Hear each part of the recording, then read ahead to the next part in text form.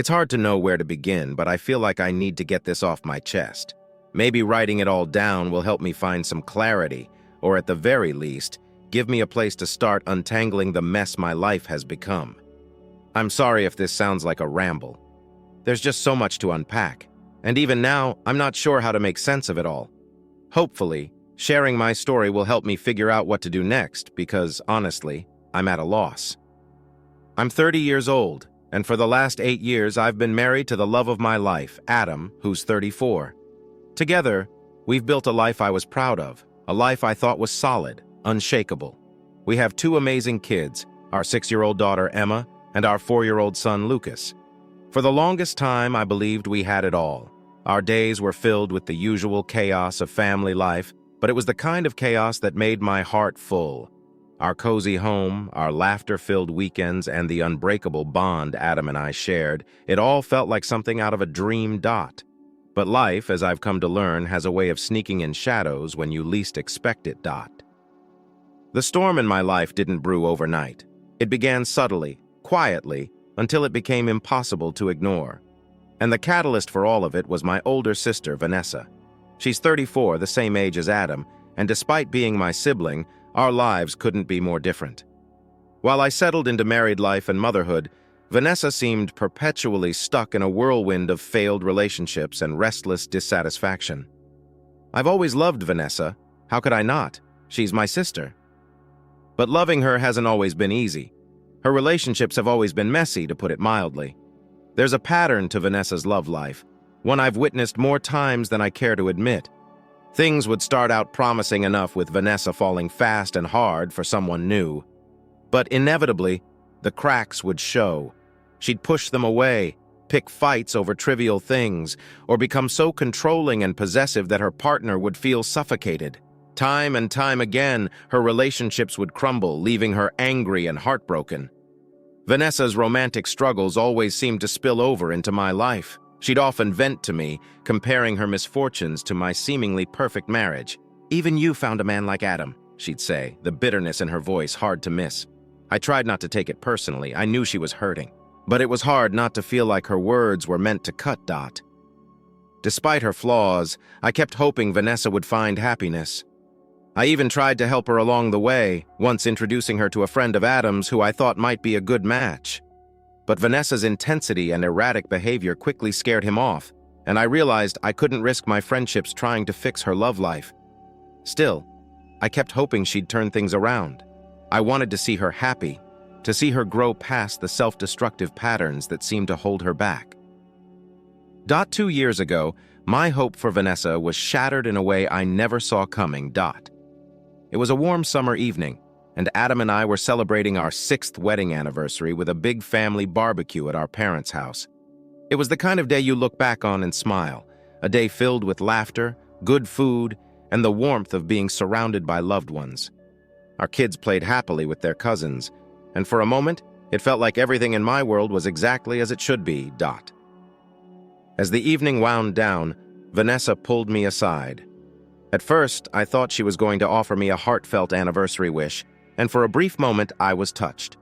But her expression was off, too intense, almost calculated, and what she said next turned my world upside down. She claimed that she and Adam had been having an affair. At first, I thought it was some kind of cruel joke. I even laughed nervously, waiting for her to break into a smile and tell me she was kidding. But she didn't. She kept going, spinning a story about how Adam had started texting her after our wedding, how their messages had turned into deep emotional conversations, and how they'd eventually crossed the line into something physical. I felt like the ground had been pulled out from under me. My mind raced, trying to process what she was saying. Adam, the man I had trusted more than anyone else, was she really saying he'd betrayed me? And with her of all people? But as Vanessa continued, something about her story didn't sit right. She claimed to have evidence but refused to show it, insisting I should take her word as my sister. The more she talked, the more holes I started to see in her story. Vanessa had always been a master manipulator, and I'd learned to recognize when she was lying. This time was no different. When I called her bluff, Vanessa's demeanor shifted. She went from calm and confident to hysterical, accusing me of not trusting her and claiming she'd only told me for my own good. It wasn't long before she took the story to our parents, and suddenly, what should have been a happy family gathering turned into a nightmare. Vanessa started screaming, accusing Adam in front of everyone. My parents, to my shock, believed her without question. They turned on Adam, berating him for supposedly breaking my heart and taking advantage of Vanessa. I stood there, stunned, as my family, my own family, sided with Vanessa and treated Adam like a villain. When Adam and I finally left that night, I felt like my world had been torn apart.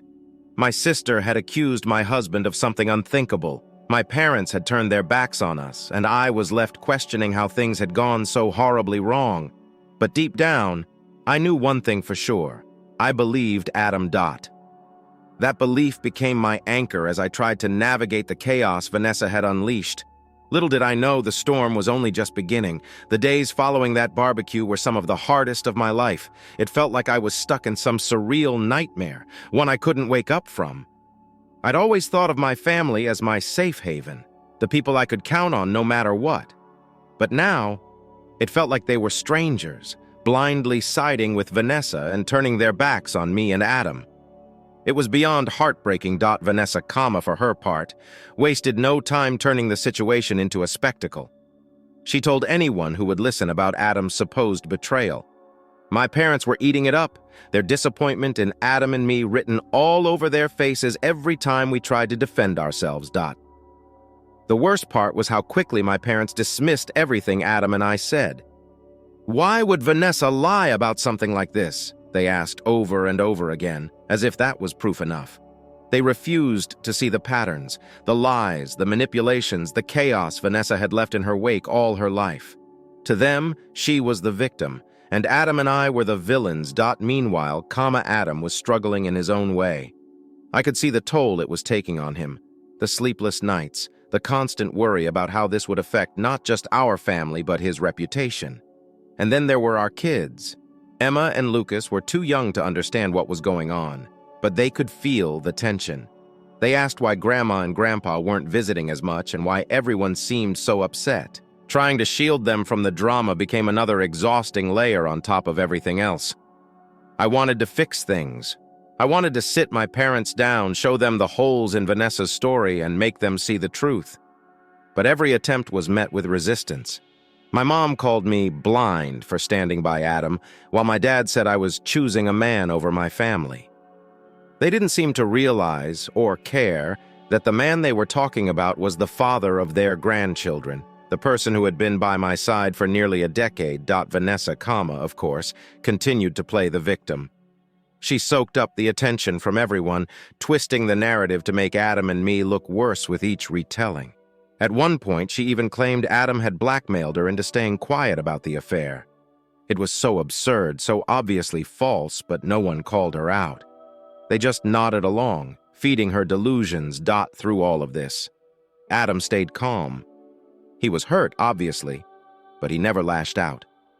He reminded me that we knew the truth, that Vanessa's lies would eventually catch up with her. And deep down, I knew he was right. Vanessa had always been her own worst enemy, and this time wouldn't be any different. But that didn't make it any easier to deal with the immediate fallout. Family gatherings became unbearable.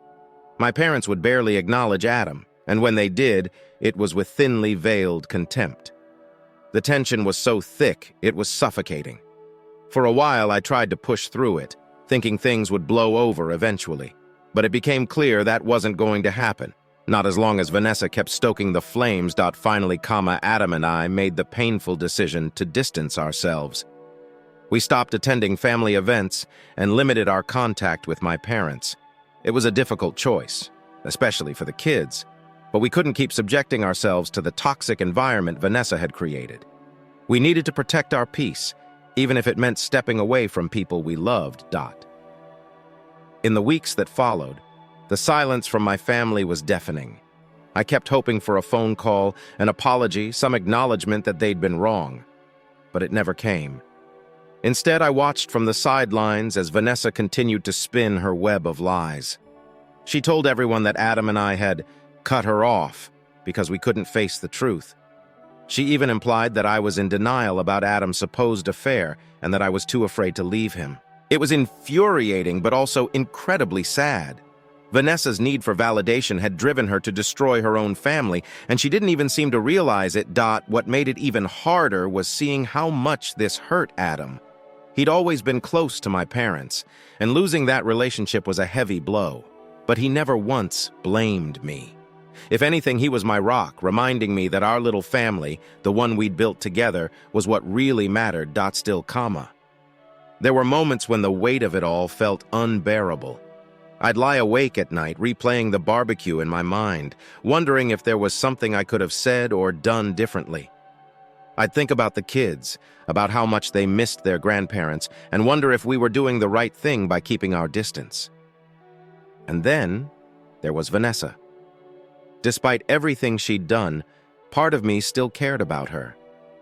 I kept hoping she'd come to her senses, that she'd realize the damage she'd caused and try to make amends. But as time went on, it became clear that wasn't going to happen. If anything, Vanessa seemed to thrive on the chaos she'd created. She played the victim so convincingly that even people outside our family started taking her side. Mutual friends, neighbors, even acquaintances, everyone seemed to have an opinion, and most of them weren't in our favor. Through it all, I tried to focus on the positives. Adam and I grew even closer, finding strength in each other when everything else seemed to be falling apart. We poured our energy into the kids, making sure they felt loved and supported despite the turmoil around them, and slowly but surely we started to rebuild our lives piece by piece. But just when I thought we'd finally found some semblance of normalcy, Vanessa managed to stir up even more chaos. What she did next would push me to my breaking point and force my family to confront the truth in a way none of us could have anticipated. Life had finally started to settle into a new normal, or at least as close to normal as it could get under the circumstances. Adam and I focused on our kids, our work, and each other, doing our best to block out the noise from my family. It wasn't easy. I missed my parents, and the kids missed their grandparents even more. But I knew we couldn't go back to the way things were, not without some kind of reckoning. For a while, Vanessa stayed quiet. It was an unusual calm, but I tried not to read too much into it. I figured she had moved on to the next chapter of her life, whatever that looked like. But that illusion was shattered when I logged onto Facebook one evening and saw her post. Vanessa was engaged. The announcement was like a punch to the gut. Not because I cared about her love life, but because of the way she framed it. Her post was dripping with self-pity and performative vulnerability, painting herself as a survivor of betrayal and heartbreak, who had finally found the love she deserved. The caption read, "After so much pain and betrayal, I never thought I'd find happiness again. But Mark showed me that true love is worth waiting for. Here's to a new beginning." Pain and betrayal? A new beginning? I felt my stomach churn as I read her words.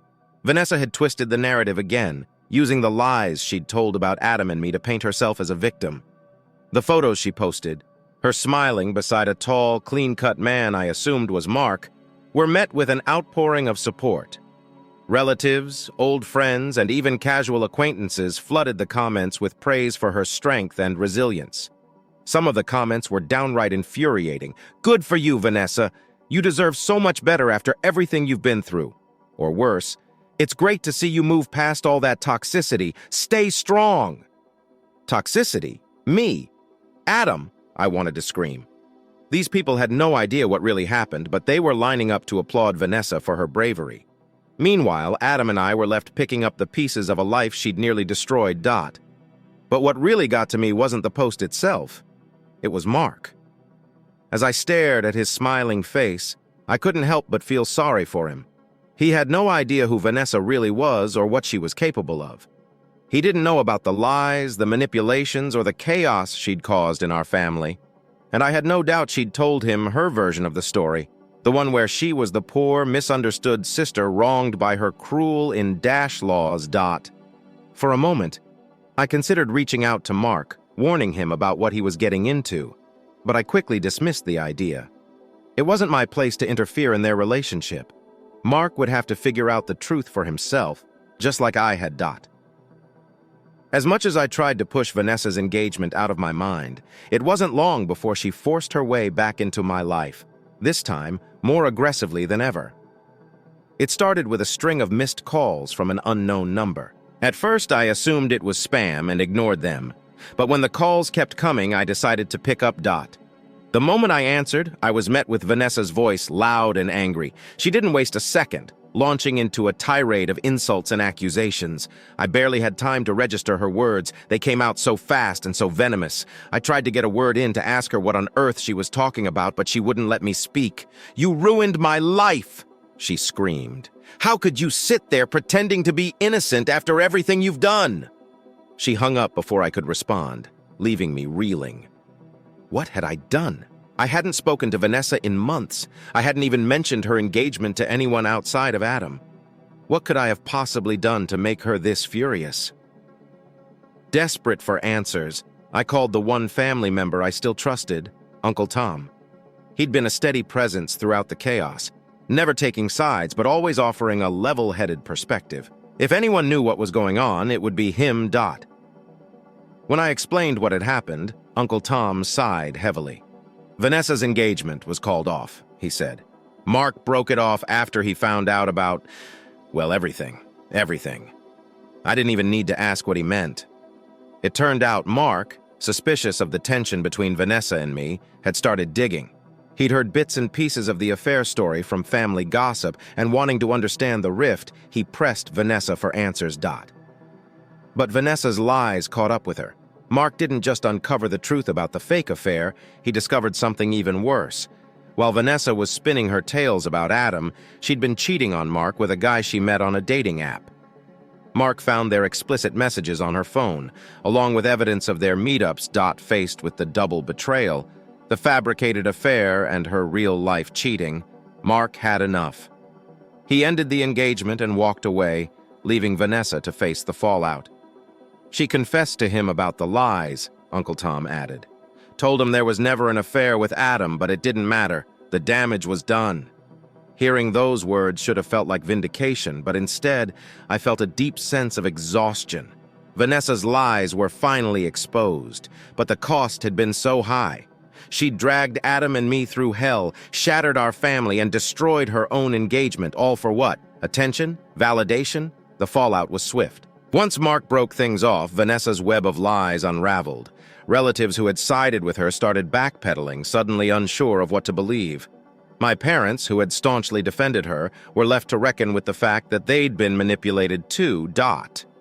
But for Vanessa, the consequences went deeper. Mark's departure wasn't just the loss of a fiancé, it was the loss of her credibility. For the first time, people started seeing her for who she really was, and the sympathy she'd thrived on began to dry up. Dot, still calm as much as Vanessa's life crumbled around her, I couldn't bring myself to feel triumphant. All I felt was tired of the lies, the drama, and the constant turmoil she brought into our lives. And as much as I wanted to move on, I knew this wasn't the end of the story. Not with Vanessa. After Mark ended his engagement to Vanessa, the ripple effects spread through the family like wildfire. It was as if everyone was finally forced to confront the mess they'd ignored or enabled for so long. My phone began buzzing constantly, not with Vanessa's calls this time, but with messages from relatives, aunts, uncles, cousins. They all wanted to talk. Most of them offered apologies, claiming they hadn't realized the extent of Vanessa's lies and manipulation. "We should have known better," one cousin wrote. "I feel terrible for taking her side." Another aunt called me in tears, begging for forgiveness and lamenting how out of control Vanessa had become. Part of me appreciated the sentiments, but another part of me was still raw with anger. Where were these people when I needed them? When Adam and I were being torn apart by Vanessa's accusations, they hadn't hesitated to side with her. Now, suddenly, they wanted to make amends. The hardest calls, though, came from my parents. They started showing up unannounced at our house, leaving voicemails when we didn't answer. My mom cried, saying how much she missed her grandchildren. My dad sounded less emotional, but just as insistent. "We need to talk, Anna. This has gone on long enough." Their pleas left me torn. On one hand, I wanted to keep protecting my little family. Adam and I had worked so hard to rebuild our lives and to find some semblance of peace after everything that happened. Letting my parents back in felt risky, like opening the door to more pain and drama.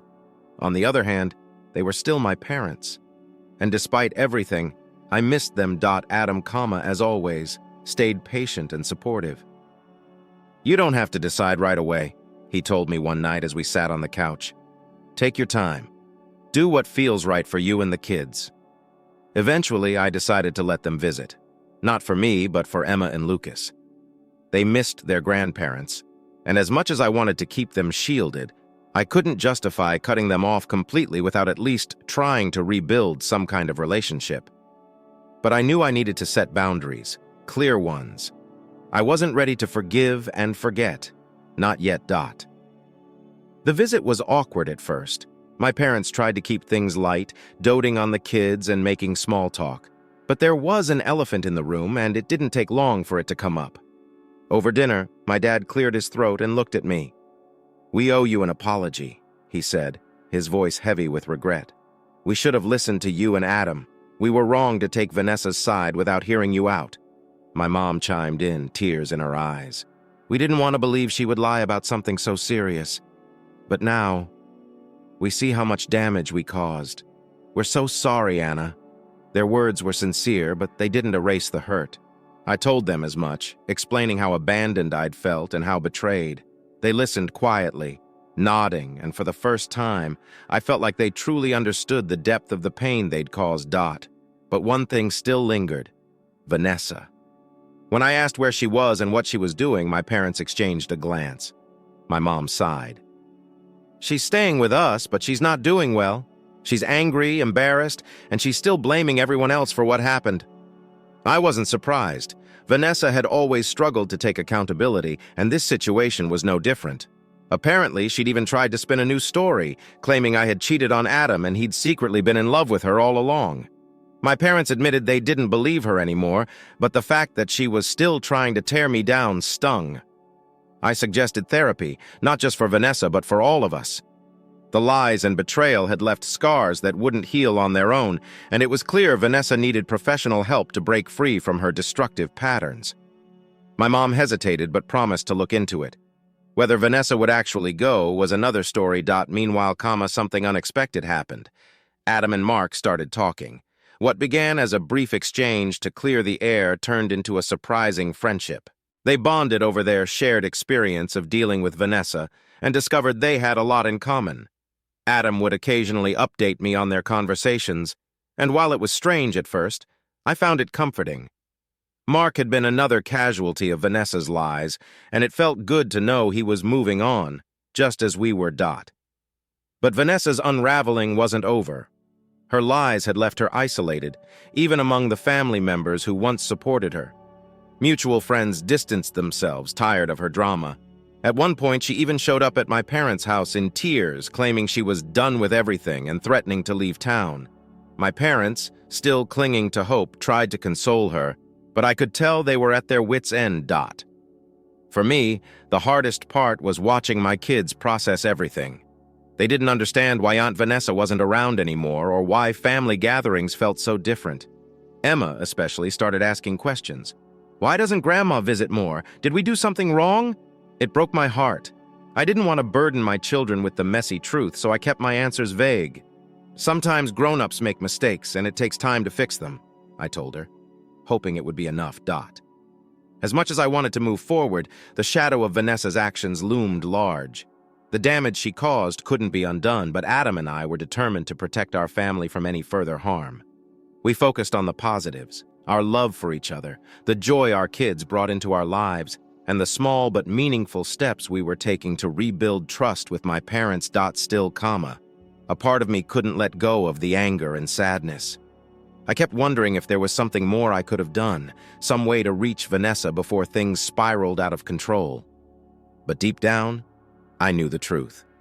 Vanessa had made her choices, and she had to face the consequences. For now, all I could do was keep moving forward, one step at a time. As the months passed, the dust began to settle. Life didn't magically return to the way it was before, but Adam and I found a new rhythm. We threw ourselves into work, spent more quality time with the kids, and slowly began to rebuild the parts of our life that had been shattered. My relationship with my parents was cautious at best. After their apology, I let them back into our lives, but I made it clear that trust would take time to rebuild. They visited regularly to see Emma and Lucas, and while those visits were mostly cordial, there was still an unspoken tension hanging over us. I could tell they were trying, but the pain of their betrayal wasn't something I could just sweep under the rug. As for Vanessa, she stayed in the background, physically close but emotionally distant. My parents told me she spent most of her time at their house avoiding the outside world. They said she was angry, humiliated, and unsure of how to move forward. I didn't ask for details. Part of me felt sorry for her, but I couldn't bring myself to reach out. The wounds she left were still too raw. One day, though, Vanessa unexpectedly broke her silence. She sent me a long, rambling text, apologizing for what she'd done. She claimed she didn't know why she had acted the way she did and blamed it on jealousy and insecurity. "You have everything I've always wanted," she wrote. "A husband who loves you, beautiful kids, a stable life. I guess I couldn't handle that." Reading her words stirred up a mix of emotions: anger, sadness, even a little pity. But what stood out most was her lack of accountability. She didn't address the lies she told or the damage she caused. Instead, her apology felt like an attempt to justify her actions rather than truly own up to them.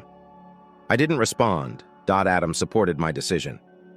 "You've given her enough chances," he said. "It's okay to protect yourself." And he was right. I'd spent years trying to help Vanessa, hoping she'd find her way, but it was clear she needed more than I could offer. She needed professional help, something my parents were finally starting to understand. Therapy became a topic of discussion in my family, though it was slow going. My mom mentioned they'd convinced Vanessa to attend a few sessions, but the results were mixed. Vanessa was resistant, often deflecting blame or minimizing her actions. Still, it was a step in the right direction, and I hoped she would stick with it. Meanwhile, Adam and I focused on healing. Our marriage, though tested, had come out stronger. The trust and love we shared proved to be unshakable, even in the face of Vanessa's lies. It wasn't always easy.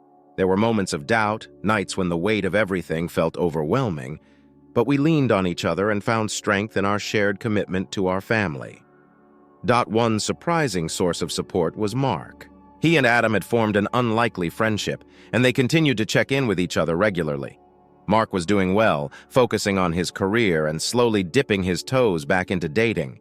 He told Adam he'd learned a lot from his relationship with Vanessa, about red flags, boundaries, and the importance of honesty. In many ways, Mark had become a reminder of how far we'd come and how much we'd overcome. As for my extended family, their attempts to reconcile felt too little, too late. While I appreciated their apologies, I couldn't ignore how quickly they'd believed Vanessa's lies without giving me or Adam the benefit of the doubt. I kept them at arm's length, choosing to focus on the people who had stood by us when it mattered most. The kids, thankfully, seemed to adjust well to the changes. They adored their grandparents and were blissfully unaware of the drama that had unfolded. Watching them play and laugh reminded me of what truly matters: their happiness, their safety, and the loving home Adam and I had worked so hard to create. Looking back, it was hard to believe how much had happened in such a short time. Vanessa's lies had torn my family apart, but they'd also revealed the strength of the bonds that truly mattered. Adam and I emerged from the chaos with a deeper appreciation for each other and a renewed sense of purpose. We knew what we were fighting for, and we knew who we could count on. In the end, I learned that healing isn't about forgetting. It's about moving forward. It's about choosing peace over anger, love over resentment, and hope over despair. I don't know what the future holds for Vanessa, my parents, or the rest of my family, but I do know one thing. I'll keep protecting the life Adam and I have built. Because at the end of the day, that's what matters most. For now, I'm choosing to let go, not for Vanessa or anyone else, but for myself. I deserve peace, and so does my family, and that's exactly what we're going to create, one day at a time.